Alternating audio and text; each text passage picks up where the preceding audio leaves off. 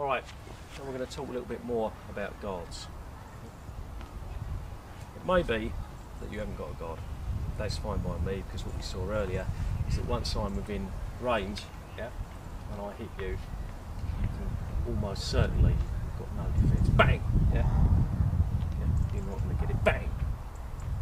That's the rationale of having a guard. Yeah. If you do have a guard, that's fine, but I've got to use a different strategy. Most people will look straight to hitting the body, hitting the head, because that's the mentality. Right, I want to hurt you, I want to smack you in the face. That's not our strategy. We want to establish touch contact first. Yeah? See, if I go straight for your head, chances are you're going to block. Yeah? You're going to use your guard to its best effect. Yeah? It is not dead simple for me to belt you. Basically, this is what a boxing match is about. Yeah? You've got two guys, both of whom are completely capable of knocking the other one out. Yeah? If they land square. So why doesn't every boxing match finish like that? It's because it's not dead easy. Sometimes it goes 10 rounds goes by and there's not been a single flush punch. Exactly. Sort of yeah.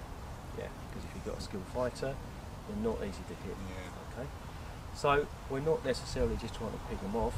We see the guard come up, bang! We're onto the guard. Yeah. So what I'm doing is I'm attacking your guard. I'm not attacking your body, your head direct. My first attack is directed against your guard. Yeah? That establishes my touch contact and my intention is to break down your defence.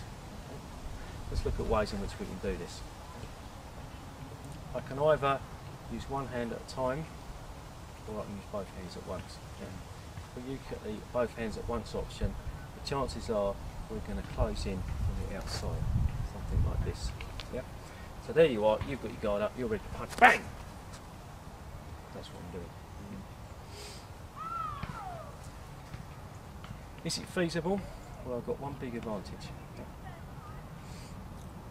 You know your range, you know your distancing. You're waiting for me to get just within your range and you're going to pick me off. Yeah? So you're waiting for me to get that close. Exactly right. Yeah? But I'm not going to get that close. Yeah? Because your hands closer to me than your nose, yeah? So I'm going at a different range to what you expect. Now, I've clamped on you. From this point, we're into the touch scenario.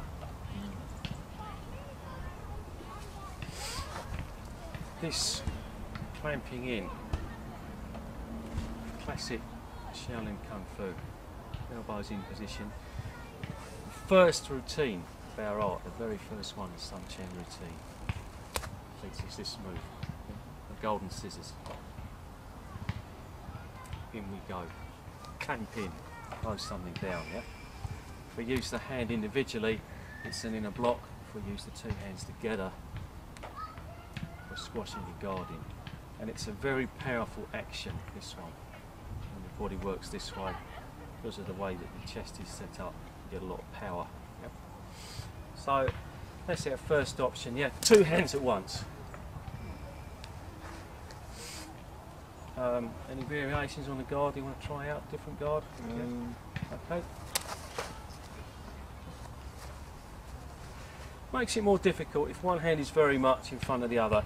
In that circumstance, I'm not going to try the double clamp down, which is useful because that leads us straight onto using a single hand. Yeah? Now, I've got a couple of options open to me. Yeah? I would like very much to get there. Why do I like that? Let me explain.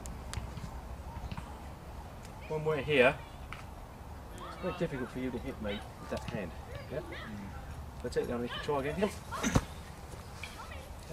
I know when you're going to hit. I'm moving out of the way. Basically, we've got a barrier here between the two of us. Yeah? And if I'm fairly quick, I'll be turning you to make that barrier even more effective. To give me a good shot in there. The balance is slightly off. I can pull it off even more. Clamp it down. Yeah? And I've got your wrist. So if I'm going to clamp you into a wrist lock, there we go. we go. So how do we deliver that? This, one of the classic blocks in the white crane arc, yeah? Crane wing block, upper frame block, yeah? Round, elbow in, yeah? Trapping you in this little wedge here, position. And I just slide down, so I'm on your wrist, straight into the wrist lock position, yeah? I've got a number of options. The only disadvantage is that I have to loop round, yeah? Because typically your fist is aimed between my two hands, so I've got to do that. Yeah? Small movement, but still takes me time, and I may not have a lot of that if you've got a quick jab. Okay, what else can I do? This way. Now this is coming from the outside, it's a safer block, so I'm not leaving a lot of gap there. This is basically an inner block. This block is based around your straightforward upper block. Yeah? Very few martial arts styles don't have an upper block like this. This way is basically your inner block, which again we see in most martial arts styles in this way. From there I've got a number of options. Yeah? We saw earlier the switch. Yeah? I can catch.